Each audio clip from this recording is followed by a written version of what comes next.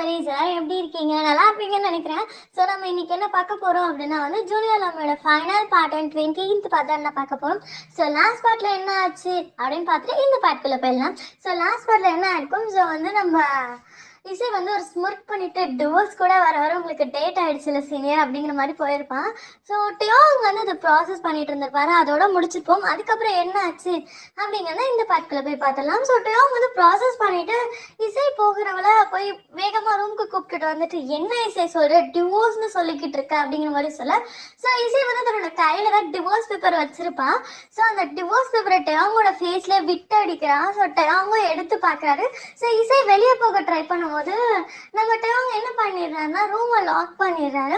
So வந்து இசை கதவை திறந்து விடுங்க டெயாங், இல்லை என்னையாச்சும் விடுங்க, நானாச்சும் போய் ஓப்பன் பண்ணிட்டு போய்க்கிறேன் அப்படிங்கிற மாதிரி சொல்றான். ஸோ நம்ம டெயாங் வந்துட்டு வெயிட் பண்ணு, நான் ஃபுல்லா டிவோர்ஸ் பேப்பரை படிச்சு பார்க்குறேன் ஓகேவா அப்படின்னுட்டு டெயாங் படிக்கிறாரு. ஃபர்ஸ்ட் பேஜ் ஃபுல்லா டிவோர்ஸ்க்கு தேவையான பேராகிராஃப் தான் இருக்கு. ஸோ செகண்ட் பேஜ் திரும்ப எதுவுமே இல்லை.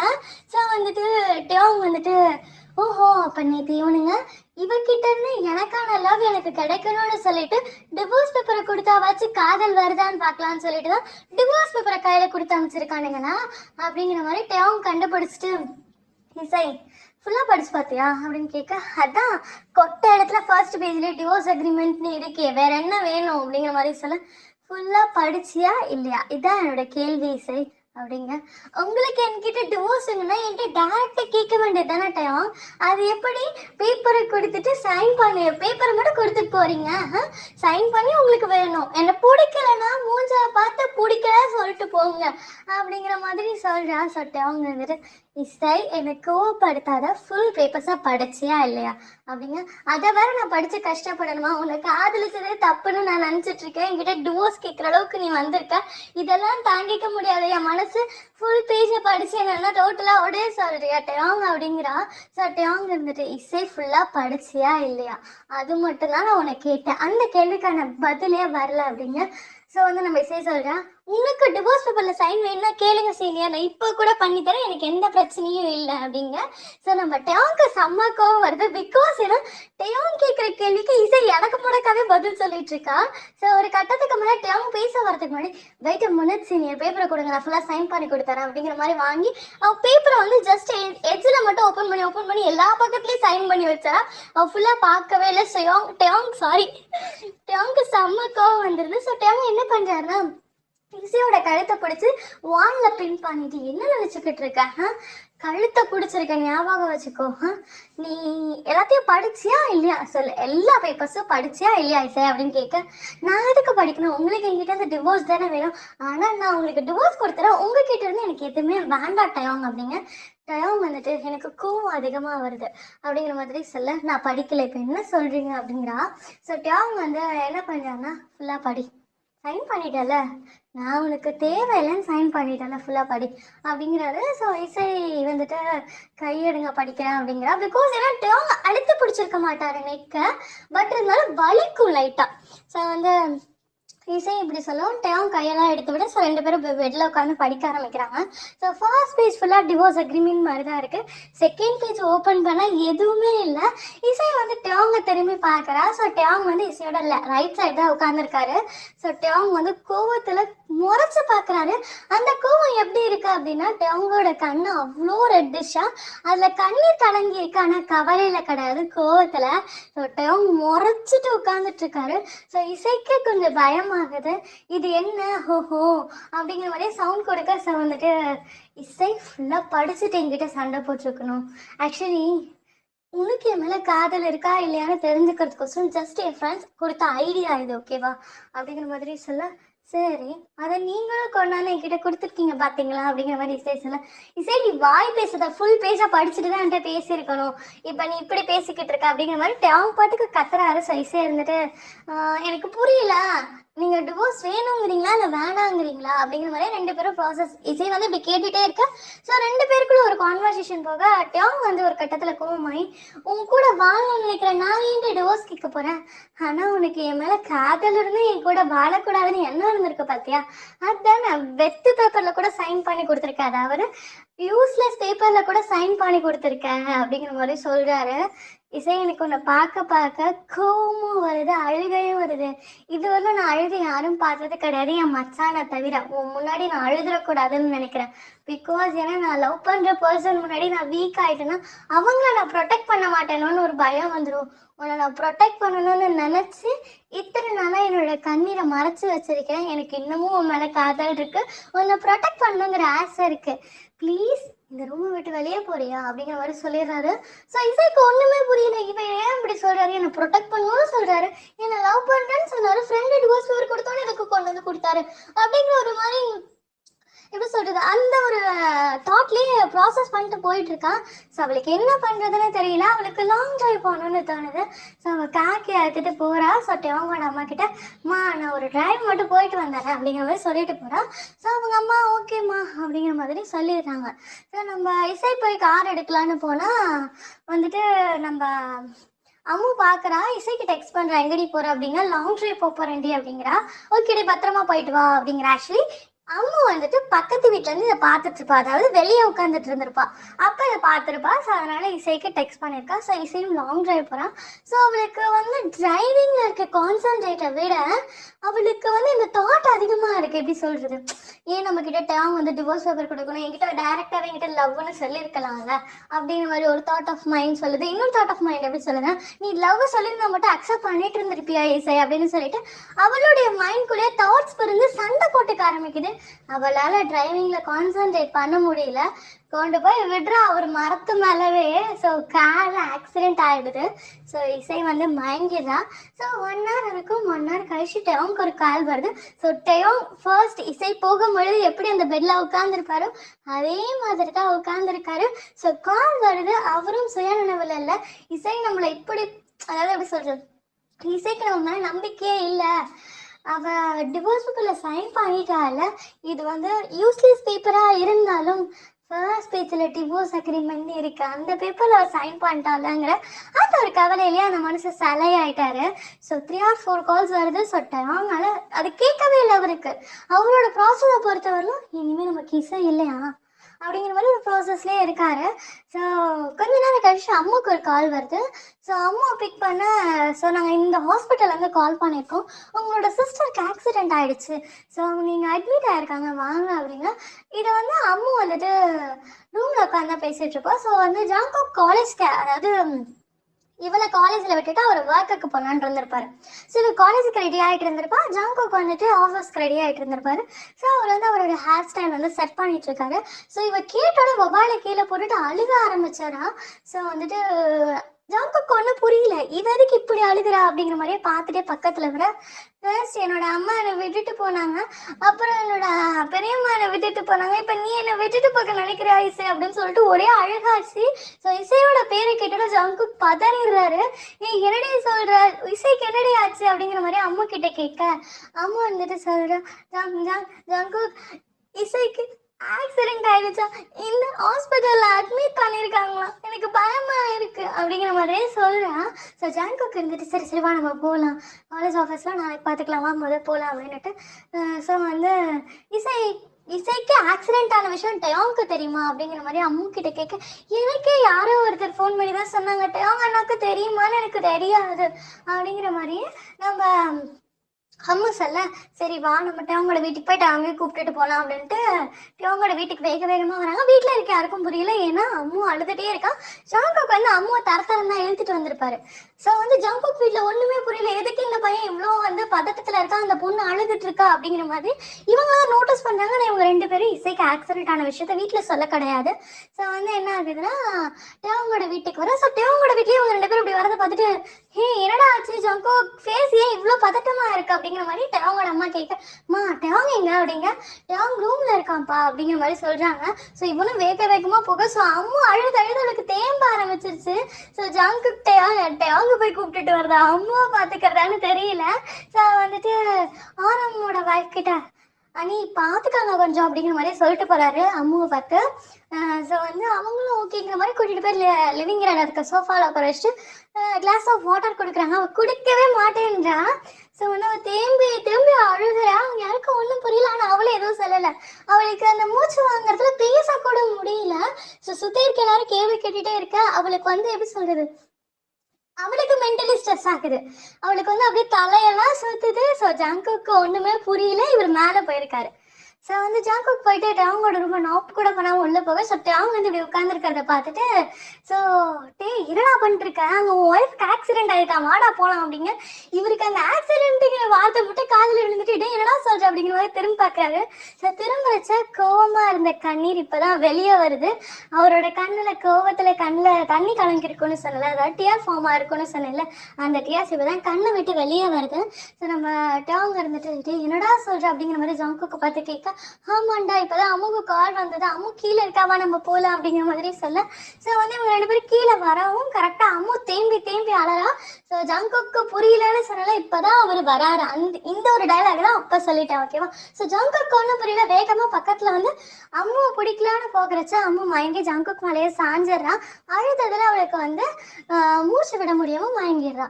ஸோ ஜங்குக்கு என்ன பண்றாருன்னா, சரி நம்ம போற வழி தானே அப்படின்னு சொல்லிட்டு அவளையும் கூட்டிட்டு போறாங்க. வீட்டுல இருக்க யார்கிட்டையும் எதுவும் சொல்ல கிடையாது. இவங்க டைரக்டா எங்கிருந்து கால் வந்ததோ அந்த ஹாஸ்பிட்டலுக்கு போறாங்க. ஸோ அங்க போனா நம்ம போயிட்டு ரிசப்ஷனிஸ்ட் கிட்ட போயிட்டு ஜாங்குக் தான் கேட்குறாரு, எங்க இசைன்னு ஒரு பேஷண்ட் அட்மிட் ஆயிருக்காங்கன்னு சொன்னீங்களே அப்படின்னு சொல்லி கேட்க. ஸோ ஐசியூவில் இருக்காங்க, நீங்கள் அங்கே போங்க அப்படிங்கிற மாதிரி சொன்ன. ஸோ வந்து இவங்களும் பதறி அடிச்சுட்டு போகிறாங்க. ஸோ இவங்க போயிட்டு அம்மாவை ஃபஸ்ட்டு அட்மிட் பண்ணிட்டாங்க. ஸோ செக் பண்ணி பார்த்ததுல டிப்ரெஷனில் மயக்கம் வந்துருச்சுப்பாங்க, அது பெருசாக இல்லை. ஸோ அந்த பொண்ணு டிப்ரெஸ் ஆகாமல் பார்த்துக்கோங்க அப்படிங்கிற மாதிரி டாக்டர் சொல்லிட்டாங்க. ஸோ அங்கே போய் அதாவது இவங்க போய் ஐசியூ வார்ட் முன்னாடி நிற்கும் போது தான் அம்மாவை பார்த்த டாக்டர் வந்து சொல்லியிருப்பாங்க, ஓகேவா. ஸோ இவங்க எல்லாம் வெயிட் பண்ணிட்டு இருக்காங்க. ஸோ அம்மாவும் கொஞ்ச நேரம் கழிச்சு எழுந்து ஐசியூ வார்டுக்கு முன்னாடி வந்தாரா.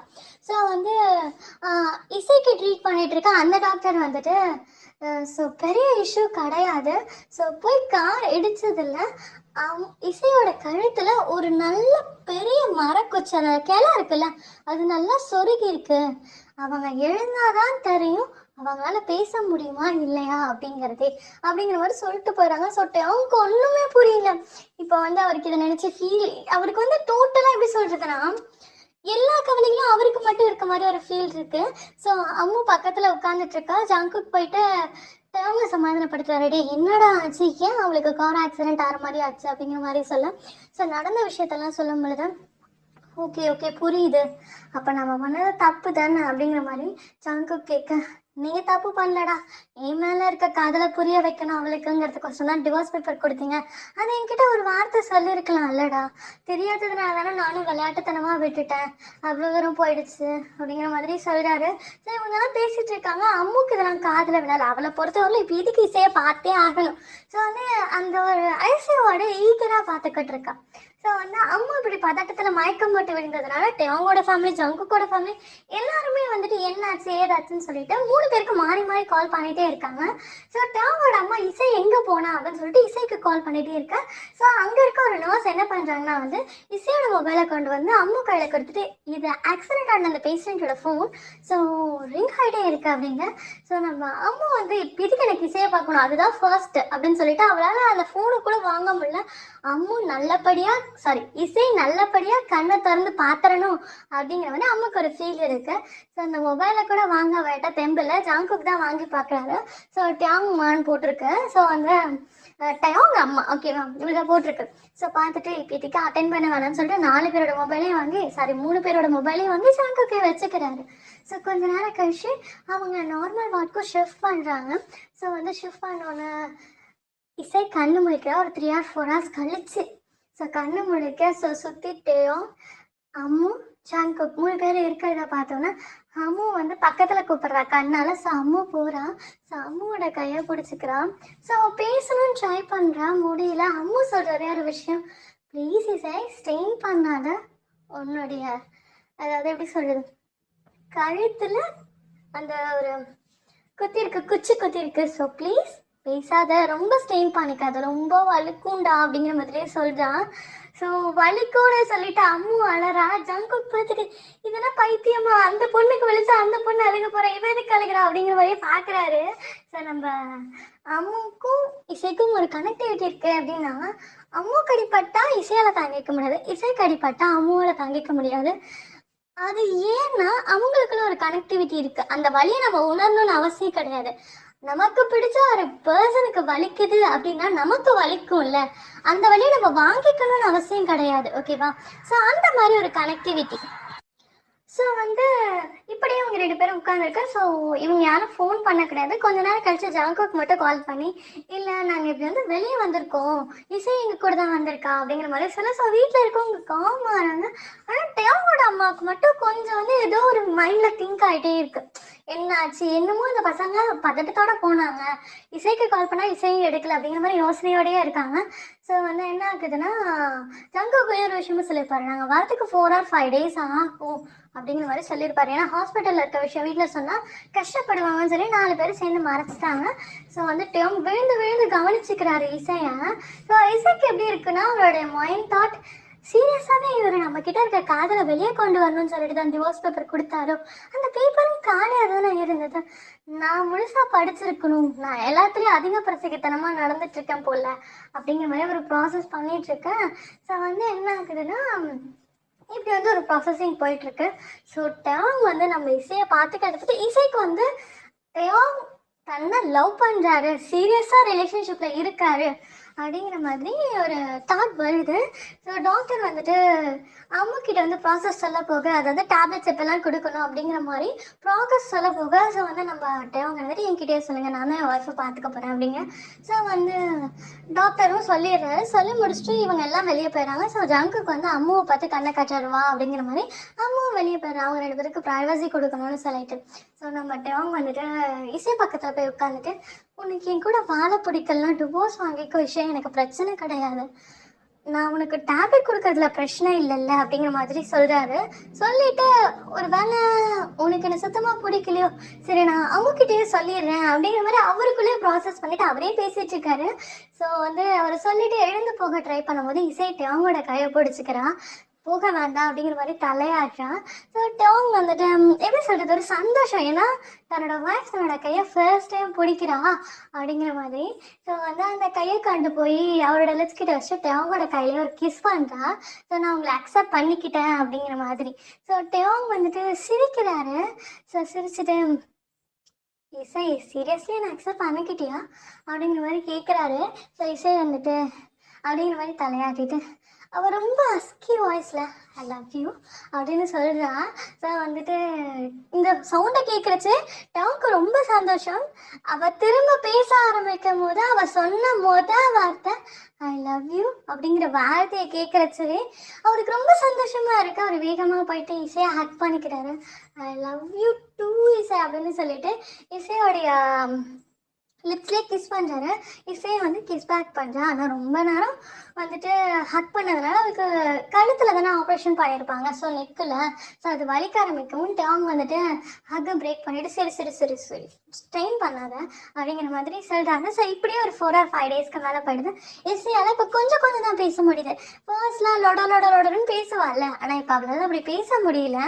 ஸோ வந்துட்டு டேங் வந்துட்டு வீட்டுக்கு கூட்டிகிட்டு போகிறாரு. ஸோ வீட்டுக்கு போனால் இசையோட கழுத்தில் அதாவது பண்ணியிருப்பாங்கல்ல, ஸ்டிச்சஸ் பண்ணதுக்கு வந்துட்டு பேண்டட்லாம் போட்டிருப்பாங்க. அதை பார்த்துட்டு ஏன் என்னடா ஆச்சு அப்படிங்க. இல்லைம்மா கீழே விழுந்துட்டா, ஜஸ்ட் ஒரு சராப்பு அடிச்சிடுச்சு, ஜஸ்ட் ஒரு இதாகிடுச்சு அப்படிங்கிற மாதிரி காயமாயிடுச்சு, சின்ன காயமா அப்படிங்கிற மாதிரி டேங் சொல்கிறாரு. ஸோ டேங்கோட கையை இசையை பிடிச்சிட்டு வரத பாய்ஸ் எல்லாரும் பார்க்குறாங்க. ஜங்குக்கு ஆல்ரெடி தெரிஞ்சிருக்கும். ஸோ டேங் சொல்லியிருப்பாரு இசையை நான் அக்செப்ட் பண்ணிக்கிட்டா அப்படிங்கிற மாதிரி. ஸோ மித்த பாய்ஸ்லாம் தெரிஞ்சிருக்காது. ஸோ டேங்கோட கையை இசை பிடிச்சிட்டு வரதை பார்த்து மித்த எல்லா பாய்ஸ்க்கும் செம்ம ஹாப்பி. ஸோ வந்துட்டு எதுவுமே கேட்கல அப்போ. ஸோ இசையும் டேங்கும் மூக்கு போகிறாங்க. ஸோ டேப்லெட்ஸ்லாம் கொடுத்துட்டு இருக்கும்போது ஸோ அந்த ஊட்டை க்ளீன் பண்ணி திரும்ப பேண்டேட் மாற்றணும் அப்படிங்கும்போது ஸோ அந்த பேண்டேட்லாம் கழட்டி ஊட்டுக்கு வந்து அந்த மெடிசன்ஸ்லாம் போட்டுட்ருக்காங்க. ஸோ அந்த டைம்னு பார்த்து ஆரம் வந்து கதவை நாக் பண்ணலாம்னு சொல்லி நாக் பண்ணார். ஆக்சுவலி டோர் ஓப்பன் ஆகி தான் இருந்திருக்கும். ஸோ வந்து அந்த ஊட்டை பார்த்தாரு. பிகாஸ் ஏன்னா 6 or 7 ஸ்டிச்சஸ்க்கு மேலே போட்டிருப்பாங்கல்ல. ஸோ அந்த ஊண்ட் நல்லாவே தெரியுது. ஸோ அவர் உள்ள வந்துட்டு என்னடா சின்ன காயம்னு சொன்னால் கிட்டத்தட்ட 6 or 7 ஸ்டிச்சஸ்க்கு மேலே போட்டிருக்கு அப்படிங்க. இதை நடந்த விஷயத்தெல்லாம் நம்ம டேங் திரும்ப சொல்ல, அடப்பாவி நாங்கள் பண்ண விஷயம் இந்த அளவுக்கு வந்துருச்சா அப்படிங்கிற மாதிரி ஒரு ஃபீல் ஆகுது. ஸோ வந்துட்டு ஸோ இப்படியே டேஸஸ் ஸ்கிப் ஆகுது. ஸோ வந்து என்ன ஆகுதுன்னா, ஒரு 1 ஹவர் 1.5 வீக்ஸுக்கு அப்புறம் ஸோ ஒரு வெட்டிங் ஹால் தான் காட்டுறாங்க. ஸோ அந்த ஸ்ருதி அண்டு ஷுகா உட்காந்துட்டு இருக்காங்க. ஸோ அந்த மன மேடையில் ஸோ ஐயரு தாலி எடுத்து கொடுக்க, நம்ம ஷுகா வந்து ஸ்ருதியோட கழுத்தில் கட்ட, ஸோ எல்லாரும் வந்து அந்த அக்ஷரியை போடுறாங்க. ஸோ அக்ஷரியை போட வச்ச ஸோ நம்ம ஷுகா வந்துட்டு நம்ம ஸ்ருதியோட ஃபோர்ஹெட்ல கிஸ் பண்ணுறாரு. ஸோ நம்ம ஜாங்குக்கு வந்து இசியோட லிப்ஸில் கிஸ் பண்ணுறாரு. ஸோ அந்த ஒரு இதெல்லாம் பேரலல் டைமில் நடக்குது. ஓகேவா? ஸோ ஜாங்குக்கு வந்து அம்முவோடைய லிப்ஸ்லேயே கிஸ் பண்ணுறாரு. ஸோ டியான் வந்துட்டு நம்ம இசியோட சீக்ஸில் கிஸ் பண்ணுறாரு. ஸோ நம்ம ஜிமின் வந்துட்டு அப்படியே நின்றுட்டு இருக்காரு. ஷுகா வந்துட்டு மாங்கல்யத்தை கட்டும் பொழுது ஸ்ருதியோட ஃபோர்ஹெட்ல கிஸ் பண்ணுறாரு. ஸோ பேரலல் டைமில் டயோங் வந்துட்டு இசியோட சீக்ஸில் கிஸ் பண்ணுறாரு. அதுவே நம்ம ஜாங்குக் சைட் பார்த்தா ஜாங்குக் போயிட்டு அம்மாவோட லிப்ஸில் கிஸ் பண்ண, ஸோ கிஸ் பண்ணிட்டு இருக்கிறச்ச வந்து அம்மா என்ன பண்ணுறான்னா ஜாங்குக்கோட ஹேண்டை கொண்டு போய் தன்னோட பெல்லியில் வச்சு சிரிக்கிறா. அந்த ஸ்மைல் கண்ணில் அவ்வளோ அழகாக தெரியுது. இன்னும் கிஸ் பிரேக் பண்ண கிடையாது. ஸோ ஜாங்குக் ரியாலே அப்படின்னு கேட்குறாரு. அவளும் கண்ணால் ஆமான்னு சொல்கிறான். ஸோ கிஸ்ஸை பிரேக் பண்ணிவிட்டு ஜாங்குக்கு செம்ம ஹாப்பி. சீரியஸ்லி அப்படின்னு சொல்லி கேட்க, எஸ் அஃப்கோர்ஸ் டார்லிங் அப்படிங்கிறவ. ஃபர்ஸ்ட் டைம் ஜாங்குக்கை பார்த்து டார்லிங்னு சொல்லணும்னா அவருக்கு செம்ம சந்தோஷம். அவர் வந்து நம்ம அம்மாவை தூக்கி சுற்றுறாரா. தூக்கி சுற்றுறச்ச வந்துட்டு டேங்க் ஒன்றும் புரியல, இந்த பைத்தியக்கார போய் என்ன பண்ணிட்டு இருக்கான் அப்படிங்கிற மாதிரியே பார்க்க இசை சிரிக்கிறா. இசை கிட்ட என்ன விஷயம் அப்படிங்க, நீங்கள் அங்கிள் ஆக போறீங்க டயோங் அப்படிங்க. ஸோ இசைக்கு டயோங்க்கு செம்ம ஹாப்பி. இசை சொல்றச்ச ஸோ வந்து டயோங் வேகமாக ஜங்குக் பக்கத்தில் வந்துட்டு, டே பைத்தியக்கார பையா அவங்க பொண்ணை இறக்கி விட்டுறா, அவள் ப்ரெக்னெண்ட்டாக இருக்கும் போது இப்படி தூக்கெல்லாம் சுத்தக்கூடாது அப்படிங்கிறாரு. ஸோ ஃபேமிலியில் இருக்க எல்லாருக்குமே செம்ம ஹாப்பி. இவங்கெல்லாம் இப்படி பார்த்துட்டு இருக்கிறச்ச அந்தாண்ட நம்ம ஜிம்மின் மட்டும் எப்படி விடுறது. ஸோ ஜிம்மின் வந்துட்டு இந்த கல்யாணத்தை இந்த ஒரு ஹாப்பியான மூமெண்ட் எல்லாம் பார்த்து ரசிச்சுட்டு இருக்கேன். ஸோ ஜிம்மின் பக்கத்தில் யாரோ நிற்கிறாங்க. ஸோ ஜிம்மின் திரும்புறச்ச அங்கே நின்றுட்டு இருந்த அந்த பர்சன் நீஸ் பண்ணி கையில் ரிங்க வச்சுட்டு, ஜிம்மின் காலேஜ் படித்தோன்னே நானும் நீ கல்யாணம் பண்ணிக்கலாமா? உன் மனசில் எப்பயுமே நான் மட்டும் இருக்கணும்னு ஆசைப்படுறேன். உன் மனசில் என்றைக்குமே வேற ஒரு பொண்ணு வரக்கூடாது ஜிம்மன் அப்படிங்கிறான். ஸோ வந்து ஜிம்மன் வந்துட்டு, ஏஞ்சல் என்ன பண்ணிட்டு இருக்க அப்படின்னு சொல்லி கேட்காரு. ஆக்சுவலி ஏஞ்சல் தான் வந்து ஜிம்மன் கிட்ட ப்ரப்போஸ் பண்ணிட்டு இருக்கா. ஸோ ஏஞ்சல் சொல்றா, என் லவ் அக்செப்ட் பண்ணிக்கிட்டா எழுந்திரிச்சுக்கிறேன், இல்லை எழுந்திருக்க மாட்டேன், அப்படி நீ பண்ணிட்டே இருப்பேன் அப்படிங்கிறா.